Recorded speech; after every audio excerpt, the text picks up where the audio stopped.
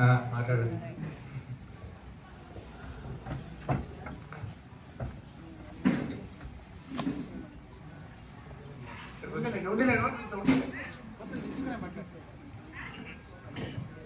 Already నిలుచుకొని మాట్లాడినాక మాకు పని చేసేసిండారు నిలుచుకొనే మాట్లాడతాం. ಕನ್ನಡದಲ್ಲೇ ಮಾತಾಡ್ತೀನಿ, ಸಾಧ್ಯವಾದಾಗ ತೆಲುಗನ್ನು ಪ್ರಯೋಗ ಮಾಡ್ತೀನಿ. ಲಾಸ್ಟ್ ಸೂರಿ ಸಮಯ ಪ್ರೋಗ್ರಾಮ್ ಮಾಡಿದಾಗ ಅಮ್ಮ ಅವ್ರು ಹೇಳಿದ್ರು, ತೆಲುಗಲ್ಲಿ ಭಾಳಷ್ಟು ಜನ ಮಾತಾಡಿದ್ರು, ಬಸ್ಸಲ್ಲಿ ಹೋಗ್ಬೇಕಾದ್ರೆ ಮತ್ತೆ ಟ್ರಾನ್ಸ್ಲೇಟ್ ಮಾಡಬೇಕಾಗುತ್ತೆ ಅಂತ. ಅದೊಂದು ಕನ್ನಡ ತೆಲುಗು ಮಿಕ್ಸ್ ಮಾಡ್ಕೊಂಡು ಹೇಳಿದ್ರು. ಸೊ ಡಿಸೆಂಬರ್ ಅಂದಾಗ ನಮ್ಮ ಮನೆಗಳಲ್ಲಿ ಎಸ್ಪೆಷಲಿ ಆರಾಧನಾ ತಿಂಗಳುಗಳು ಜಾಸ್ತಿ ಆಗಿದೆ. ನಮ್ಮ ಮನೆಯಲ್ಲಿ ಎಸ್ಪೆಷಲಿ ಡಿಸೆಂಬರ್ 12 ನಮ್ಮ ಮನೇಲಿ ಆರಾಧನೆ ನಡೀತದೆ. ಅದೇ ಪೌರ್ಣಮಿಗೆ ಹೇಮಂತನ ಮನೇಲಿ ನಡೀತಾ ಇತ್ತು. ಅದನ್ನು ಅವರು ಗೀತಾ ಮಂದಿರಕ್ಕೆ ಶಿಫ್ಟ್ ಮಾಡಿದ್ರು. ಆಮೇಲೆ ನಮ್ಮ ತುಂಗೇಡು ದಿನದಲ್ಲಿ ಆರಾಧನೆ ನಡೀತಿತ್ತು. ಅವರು ಉಳಿವಿಗೆ ಸುಮಾರು ಸಾರಿ ಇವರು ಪ್ರೋಗ್ರಾಮ್ ಅಟೆಂಡ್ ಮಾಡಿ ನಾನು ಅಲ್ಲಿ ಹೋಗ್ತಾ ಇದ್ದೆ. ಅದೇನು ಪ್ರಾಬ್ಲಮ್ ಅಂದರೆ ನಾವು ಡಿಸೆಂಬರ್ 12ಕ್ಕೆ ಮಾಡ್ತಾ ಇದ್ದೀವಿ.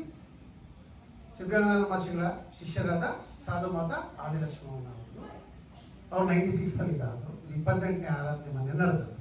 ಶ್ರೀನಪ್ಪನವ್ರು ಈಗ ಹೇಳಿದ್ರು, ಭೂಮಾನಂದ ಸ್ವಾಮಿಗಳದು 17ನೇ ಆರಾಧನೆ.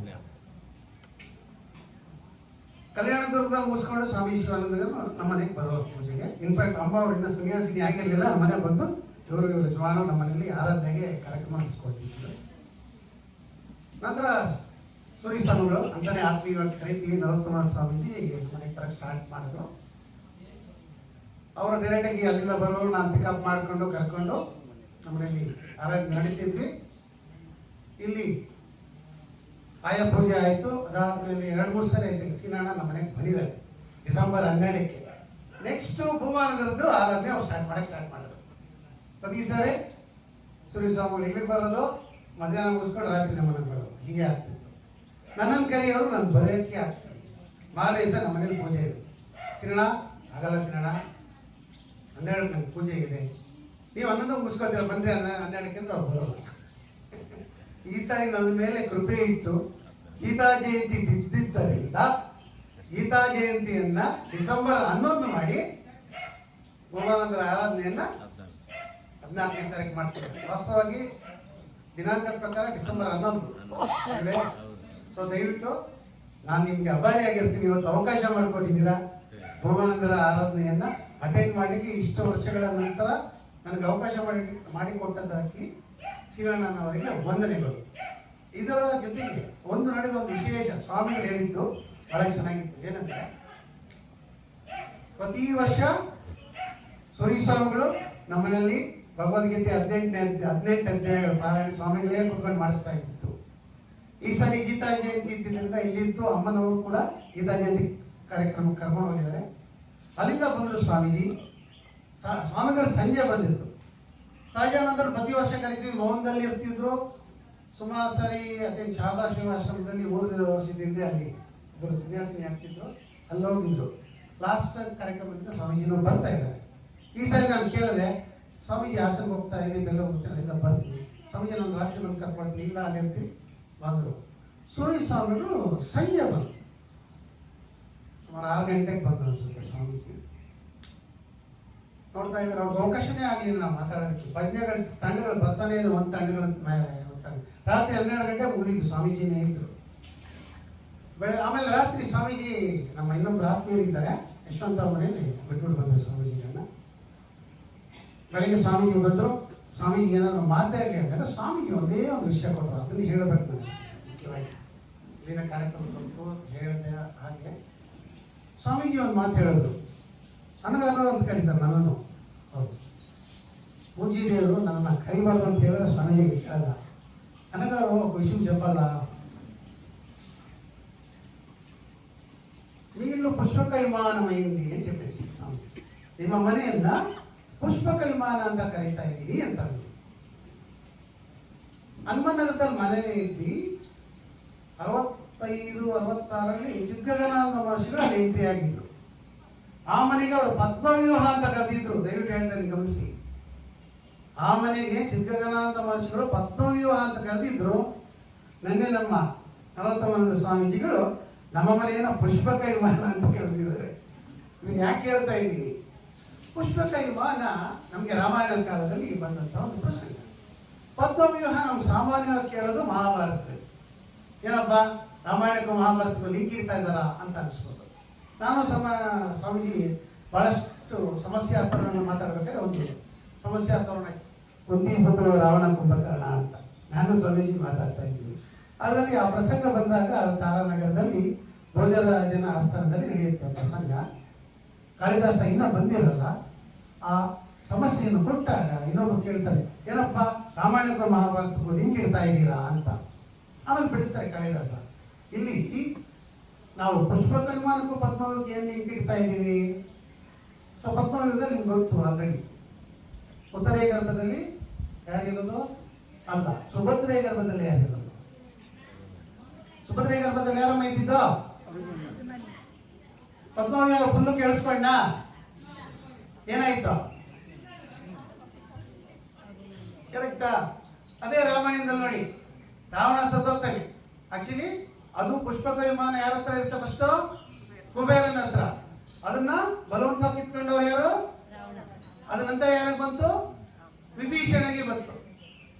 ಈಗ ಅಲ್ಲಿ ಬರ್ತಾ ಹೇಳ್ಬಿಟ್ಟಿದ್ದಾನೆ, 14 ವರ್ಷ ಆದ್ಮೇಲೆ ನೀನು ಬರಲಿಲ್ಲ ಅಂದ್ರೆ ನಾನು ಅಗ್ನಿ ಪ್ರವೇಶ ಮಾಡ್ತೀನಿ ಅಂತ. ಕರೆಕ್ಟಾ? ಹನುಮಂತನ ಫಸ್ಟ್ ಕಳಿಸ್ತಾರೆ, ಪುಷ್ಪಕ ವಿಮಾನದಲ್ಲಿ ಕೂರಿಸ್ತಾರೆ. ಸೊ ಪುಷ್ಪಕ ವಿಮಾನದ ಸ್ಪೆಷಾಲಿಟಿ ಸ್ವಾಮೀಜಿ ಹೇಳಿದ್ರು, ಎಷ್ಟು ಜನ ಕೂತ್ಕೊಂಡು ಇನ್ನೊಂದಷ್ಟು ಜನಕ್ಕೆ ಜಾಗ ಇರುತ್ತೆ ಅಂತ. ಕರೆಕ್ಟಾ? ಹೇಳಿದ್ರು ತಾನೆ. ಸೀನಣ್ಣ ಒಬ್ಬರೇ ಒಬ್ರು ಸ್ವಾಮೀಜಿ ಬೇಕು ಅಂದ್ಬಿಟ್ಟು ಗುರುವಾನಂದ ಹತ್ರ ಆ ಕಾಲದಲ್ಲಿ ಹೋದ್ರು. ಸೊ ಯಾರಾದರೂ ಸಿದ್ಧಗಂಗಾನಂದ ಮಹರ್ಷಿಗಳ ಶಿಷ್ಯರಿದ್ರೆ ಆ ಪರಂಪರೆಯನ್ನು ಮುಂದುವರಿಸಬೇಕು ಅಂತ ಕರ್ಕೊಂಡ್ಬಂದು ಒಂದಷ್ಟು ಆಗೋದು. ಎಷ್ಟು ಸಾಧು ಮಹಾರಾಜ ಸೇರಿದ ಸೀನಣ್ಣ ಪುಷ್ಪಕ ವಿಮಾನ ಮಾಡಿಬಿಟ್ಟಿದೆ. ಈಗ ನೋಡಿ ಎಷ್ಟು ಜನರು ಸೇರಿಸಿದ್ದ, ಒಬ್ಬರನ್ನ ಇದ್ದ. ಕರೆಕ್ಟಾ? ನನಗೆ ಬರಲಿಕ್ಕೆ ಆಗ್ತಿದ್ದಂಥ ಅವಕಾಶ ಇಲ್ಲೇ ಇರಲಿಲ್ಲ. 11, 12, 14 ಮಾಡ್ಬಿಡಿ. ನಿಜವಾಗ್ಲೂ ಪುಷ್ಪಕ ವಿಮಾನ ಮಾಡಿದ್ದೀರ ಇವತ್ತು, ಭಾಳ ಸಂತೋಷ. ಸೊ ಗುಮಾನಂದರು ನಂಗೆ ನೆನಪಿರೋ ಹಾಗೆ ಚಿಕ್ಕಂದಿಂದನೂ ನೋಡಿದ್ವಿ. ನಾನು 8th ಇರ್ಬೇಕಾದ್ರೆ ತತ್ವಮಸಿ ಪುಸ್ತಕ ಕಳಿಸಿದ್ರು ಸ್ವಾಮಿ ನಮ್ಮನೆಗೆ. ನಾನು ಸಂಸ್ಕೃತ ಓದ್ತಾ ಇದ್ದೆ. ಸ್ವಾಮೀಜಿ ಕೇಳೋದು ನಮ್ಮನ್ನ, ನಾನು ಕಳಿಸ್ಬೇಡಮ್ಮ ಈ ಮಗನ ಅಂತ. ಸ್ವಾಮೀಜಿ ಯಾರು ಕೇಳೋದಾಗ ಕಲಾವತಿ ಅವ್ರನ್ನ ಕೂಡ ಪೀಠಾಧಿಪತಿ ಮಾಡಬೇಕು ಅಂತಿದ್ರು ಕಲ್ಯಾಣ. ಆ ಅವಕಾಶ ಆಗಲಿಲ್ಲ. ಸೊ ಅವರು ಕೊಟ್ಟಂಥ ಪುಸ್ತಕ ನನ್ನನ್ನು ಯಾವ್ಯಾವ ಲೆವೆಲ್ ಶಿಫ್ಟ್ ಮಾಡಿದ್ದೆ ಅಂದರೆ, ನಮ್ಮ ಗ್ಯಾಂಗಲ್ಲಿ ನಾನು ಹೇಳ್ತಾ ಇರ್ತೀನಿ, ತತ್ವಮಸಿ ಭಾಳಷ್ಟು ಪ್ರಯೋಗ ಮಾಡ್ತಾ ಇರ್ತೀನಿ ಶಬ್ದವನ್ನು. ಸುಬ್ರಹ್ಮಾನಂದರು 3 ಬಾರಿಯ ಅಖಿಲಾಂಧ್ರ ಸಾಧು ಪರಿಷತ್ ಅಧ್ಯಕ್ಷರಾಗಿದ್ದರು. ಕೊನೆಯ ಗಳಿಗೆಯಲ್ಲಿ ಸೀನಣ್ಣ ಹೋಗಿರೋದು. ಸುಬ್ರಹ್ಮಾನಂದರು ಅಂತಿಮ ಸಮಯಗಳಲ್ಲಿ ಹೋಗಿ ಉಪದೇಶ ತೆಗೆದುಕೊಂಡು ಬಂದದ್ದು. ಅದೇನು ಸಂಕಲ್ಪ ಬಂದು ಇನ್ನೊಂದೇ ಜಾಗ ಇದ್ದದ್ದು. ಇಷ್ಟು ಭವ್ಯವಾದ ಆಶ್ರಮವನ್ನು ನಿರ್ಮಾಣ ಮಾಡಿದ್ರು. ಐ ಥಿಂಕ್ ಕರೋನಾ ಆದ್ಮೇಲೆ ರಮೇಶಾನಂದ ಭಾರತಿ ಸ್ವಾಮಿಗಳು ಬಂದಿತ್ತು. ಅವರೊಬ್ಬರೇ ಸಿದ್ಧಗಂಗಾನಂದ ಮಹರ್ಷಿಗಳ ಸನ್ಯಾಸಿ ಶಿಷ್ಯರಲ್ಲಿ ಉಳ್ಕೊಂಡಿರೋರು ಲೇಟೆಸ್ಟ್ ಆಗಿ. ಅವರು 90 ಮೇಲಿದೆ ಈಗ. ಅವ್ರು ಬಂದಾಗ ಅಲ್ವೇ ಆ ಜಾಗದಲ್ಲಿ ಒಂದು ಮಾತು ಹೇಳಿದ್ರು, ಸೀನಣ್ಣ ಮತ್ತು ಶಾಂತಮನಿ ವಾನಪ್ರಸ್ಥಾನ ಸ್ವೀಕರಿಸ್ಬಿಡಿ ಅಂತ. ಆ ರೂಮ್ಗಳನ್ನು ತೋರಿಸಿ. ಈಗ ಆ ವಾನಪ್ರಸ್ಥದ ಜಾಗಗಳನ್ನು ಕೂಡ ಬಿಟ್ಟುಕೊಟ್ಟು ಸ್ವಾಮೀಜಿಗಳು ಬಿಟ್ಕೊಟ್ಬಿಟ್ಟು ಇಲ್ಲಿ ನಮ್ಮ ಈ ಸ್ವಾಮಿಗಳಿಗೆ ಇಲ್ಲಿ ಅಂತ ಕಟ್ತೀವಿ. ಕಟ್ಟಿಸಿ ಜಾಗವನ್ನು ಬಿಟ್ಬಿಟ್ರಿ. ನಿಮಗಾಗಿ ವಾನಪ್ರಸ್ಥವನ್ನು ಅಲ್ಲಿ ನಿರ್ಮಾಣ ಮಾಡ್ಕೋತಾ ಇದ್ದಾರೆ. ಅಂದರೆ ಈ ಪುಷ್ಪಕ ವಿಮಾನ ಬೆಳೀತಾನೆ ಇದೆ. ಗೊತ್ತಾಯ್ತಾ? ಸ್ಪೇಸ್ ನಿಜವಾಗ್ಲೂ ಅಕಾಮಿಡೇಟ್ ಆಗ್ತದೆ. ಈಗ ತಾನೇ ನೋಡಿದ್ವಿ, ಸ್ವಾಮೀಜಿ ಅಲ್ಲಿದ್ದರು, ಅಲ್ಲಿಂದ ಎದ್ರು, ಅವ್ರಿಗೆ ಅವಕಾಶ ಮಾಡಿಕೊಟ್ರು, ನೋಡಿ ಎಷ್ಟು ಚೆನ್ನಾಗಿ ಆಗ್ತಾ ಇದೆ. ನಿಜವಾಗ್ಲೂ ಪುಷ್ಪಕ ವಿಮಾನ ನಮ್ಮನೆಯಲ್ಲ ಸ್ವಾಮೀಜಿ ಸೀನಣ್ಣ ನಿರ್ಮಾಣ ಮಾಡಿರುವಂತಹ ಭಗವಾನಂದ ಭಾರತಿಗಳ ಆಶ್ರಮ. ಮೋಸ್ಟ್ಲಿ ನುಗ್ಲಾಪುರ ಎಷ್ಟು ಹೆಸರುವಾಸಿ ಇತ್ತು ನಮ್ಗೆ ಗೊತ್ತಿಲ್ಲ. ಕೋಲಾರದಲ್ಲಿ ಎಷ್ಟೋ ಸಾರಿ ಓಡಾಡ್ತಾರೆ. ಸೊ ಅಲ್ಲಿ ಬಂದಾಗ ನುಗ್ಲಾಪುರ ಕೇಳಪ್ಪ ಅಂತ. ಸೊ ಗೂಗಲಲ್ಲಿ ಕೂಡ ಭಗವಾನಂದ ಭಾರತಿಗಳ ಆಶ್ರಮ ಸಿಗುತ್ತೆ. ಆ ಲೆವೆಲ್ಗೆ ಎಸ್ಟಾಬ್ಲಿಷ್ ಮಾಡಿದ್ದಾರೆ. ಈ ರೀತಿ ಗುರುಗಳ ಸೇವೆಯನ್ನು ಮಾಡುತ್ತಿರುವ ಸೀನಣ್ಣ ಎಷ್ಟು ಮಟ್ಟಿಗೆ ಹೇಳೋದಂದ್ರೆ, ಈಗ ತಾನೇ ಗುರು ಹೇಳಿದ್ರು, ನ ಗುರುರಧಿಕಂ ನ ಗುರುರಧಿಕಂ ಅಂತ ಕಬೀರರು ಒಂದು ಹೇಳ್ಬಿಟ್ಟು ನಾನು ಆತ್ಮಿಸ್ಕೊಳ್ತೀನಿ. ಉತ್ತಮ ಜನ್ಮ ದೊರೆಯುವುದು ಇದುವೇ ಹರಿ ಕೃಪೆಯೇ. ಉತ್ತಮ ಜನ್ಮ ದೊರೆಯುವುದು ಇದುವೇ ಹರಿ ಕೃಪೆಯೇ. ಜನ್ಮವಿಲ್ಲದಂತಾಗುವುದು ಇದುವೇ ಗುರು ಕೃಪೆಯೇ ಕಬೀರ, ಇದುವೇ ಗುರು ಕೃಪೆಯೇ. ಇದು ಬಹಳ ಇಷ್ಟವಾದದ್ದು ನಮ್ಮ ಹೇಮಂತರಿಗೆ ಈ ಕವಿಯರಂತ ನಿಜವಾಗ್ಲೂ ನೋಡಿ, ಉತ್ತಮ ಜನ್ಮ ದೊರೆಯುತ್ತದೆ ಭಗವಂತನ ಕೃಪೆಯಿಂದ, ಜನ್ಮವಿಲ್ಲದಂತಾಗುತ್ತದೆ ಗುರುಗಳ ಕೃಪೆಯಿಂದ. ಅಂತಹ ಬಹಳ ಮಾತನ್ನ ಸೇರಿಸಿದ ಗುರುಗಳಿಂದ ಅವ್ರು ಹೇಳಿದ್ರಲ್ಲ, ಪ್ರತಿಯೊಬ್ಬ ಗುರುಗಳು ಒಂದನ್ನೇ ಹೇಳ್ತಾ ಇದ್ದಾರೆ, ಅದೇ ಜನ್ಮ ರಾಹಿತ್ಯ. ಅದನ್ನು ತಿಳಿಸ್ಕೊಳ್ಳೋದಕ್ಕೆ ಕೆಲವೊಂದೆರಡು ಮಾತಾಡೋದಕ್ಕೆ ಅವಕಾಶ ಮಾಡಿಕೊಟ್ಟಂಥ ಶ್ರೀಣ್ಣ ಮತ್ತು ವೇದಿಕೆಯಲ್ಲಿ ಆಸೀನರಾಗಿದ್ದ ಸಮಸ್ತ ಸಾಧು ಸಂತರಿಗೂ ವೇದಿಕೆಯ ಮುಂದೆ ಇರುವ ಸಮಸ್ತ ಪ್ರಿಯಾತ್ಮ ಸ್ವರೂಪರಿಗೂ ವಂದಿಸುತ್ತಾ ನನ್ನ ಎರಡು ಮಾತುಗಳನ್ನು